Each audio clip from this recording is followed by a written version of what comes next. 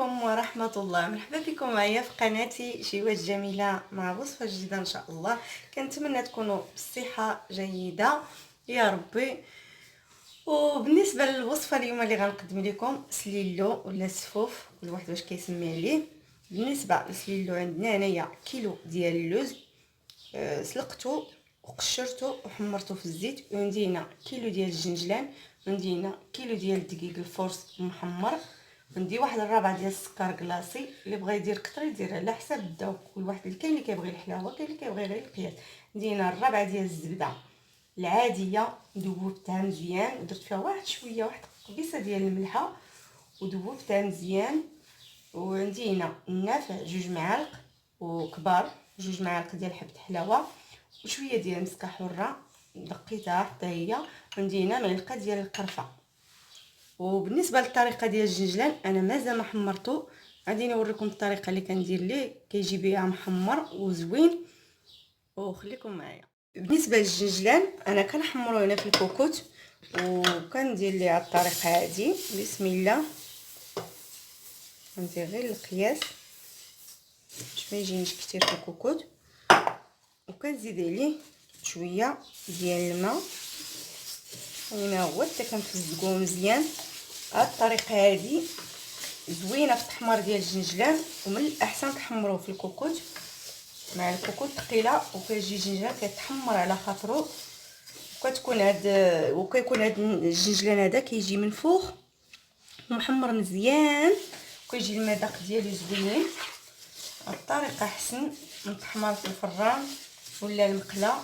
اللي بغى يديرو في المقله يديرو ويفزقوه هكا فيه شويه ديال الماء.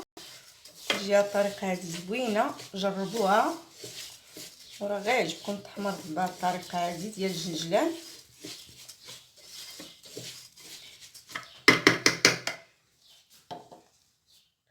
وبالنسبه للجنجلان ها هو راه درتو في الاول، جهدت عليه العافيه مزيان حتى كنشوف الكوكوت سخنات والجنجلان بدا كيسخن، وكنقص عليه ما تنقصوش عليه بزاف غير القياس، وكنبقاو مع التحراك حتى كيتحمر لينا هاد الجنجلان هذا. راه كتجي هاد الحبه ديال الجنجلان محمره مزيان وكتجي منفوخه وزوينه. هاد الطريقه هذه جربوها راه كتجي الصراحه زوينه التحمير ديال الجنجلان. هاو الجنجلان بدا كيتحمر، هانتوما كيتحمر على خاطرو كيجي مزيان محمر مزيان. نفس الطريقه باش حمرناه في الكوكوت راه كيجي زوين، ماشي كيتجيف لينا دغيا وما كيجيش محمر مزيان. ملي كتاكلو كتحس بداك المذاق ديال الجنجلان ما محمرش. اما هاد الطريقه الصراحه راه كيجي بها زوين، جربوها. بالنسبه للجنجلان هو راه ضحنته شويه درتو مهرمش وشويه ضحنته مزيان. وبالنسبه للوز حتى هو هذا راه ضحنته مزيان، وهذا درتو حتى هو مهرمش شويه، وهذا بغيت نخلطو معاه. عندي هنا واحد كاس ديال الجنجلان ولا كاس ونص ضحنته مزيان حتى هو، وغادي نزيد عليه كاس ديال الزيت البلديه. اللي بغى يديرها الطريقه هذه يديرها حتى هي كتجي زوينه. وغادي نطحنو باش يجينا بحال الشكل ديال الاملو. بالنسبه للدقيق هو راه غربلتو محمر وغربلتو، غنزيد شويه ديال الملح قيصه شويه، وغنزيد عليه الجنجلان. بسم الله،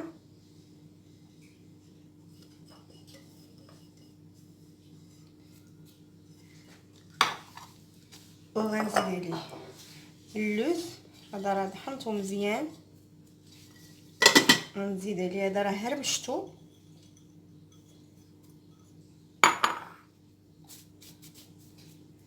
وغادي نزيد السكر. بالنسبه للسكر انا راه عندي هنايا الربعه ديال السكر كلاصي، تقريبا راه جبت نص كيلو، ولكن غندير غير الربعه حتى نشوف، ما بغيتش بزاف الحلاوه غير القياس. واللي بغى يزيد يزيد. بسم الله، حتى خاصكم باقي تزيدوا. وندي هنايا جوج معالق ديال النافع معالق كبار، وغنجي نزيد عليهم جوج معالق حتى هما كبار ديال حبه حلاوه، جوج ديال النافع جوج ديال حبه حلاوه. وغنزيد هنا مسكه حره اللي دقيتها حتى هي،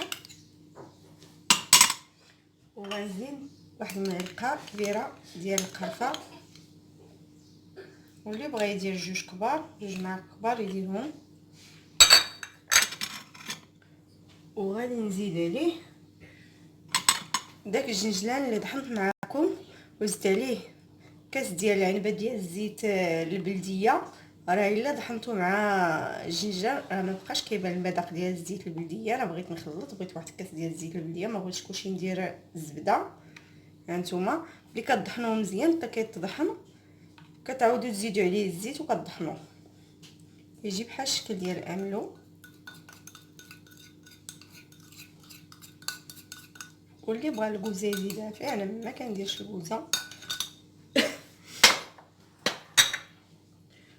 وغنزيد عليه الزبده، نزيد غير القياس. بسم الله. ثم كنبداو نخلطو كما قلت لكم. خاصكم باقي السكر زيدوا، يعني الا خاصني باقي غنزيدو، الا جا غير القياس في الحلاوه بركه. والاحسن تخلطوا بشي بانيو.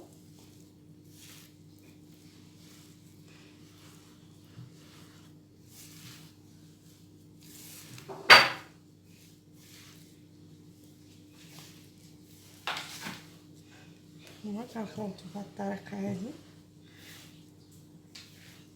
واللي بغى يزيد فيه الكاوكاو يزيدو، انا كتفيت غير بالجنجلان واللوز.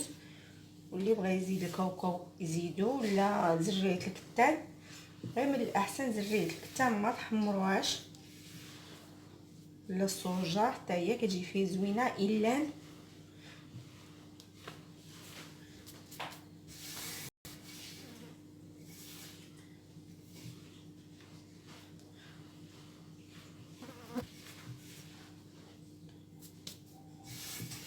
ولا باقي خاصكم الزبده زيدوها.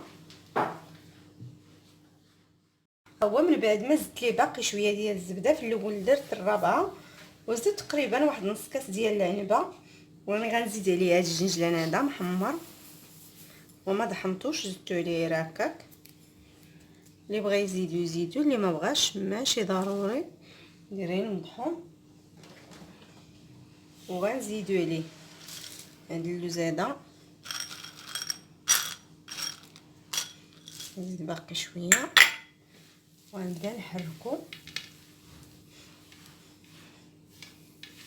خلطو مزيان. راه ما حمرش الدقيق بزاف، درتو غير القياس.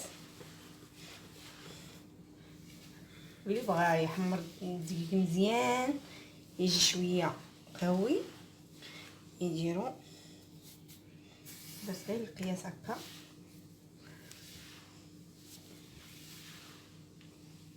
غنخلطو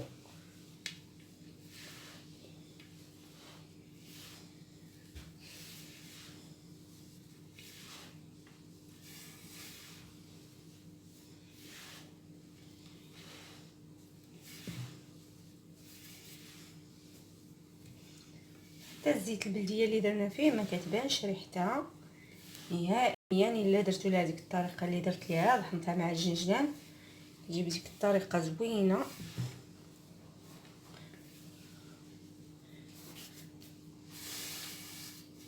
حنا كملنا سليلو وخليكم مع التقديم ديالو.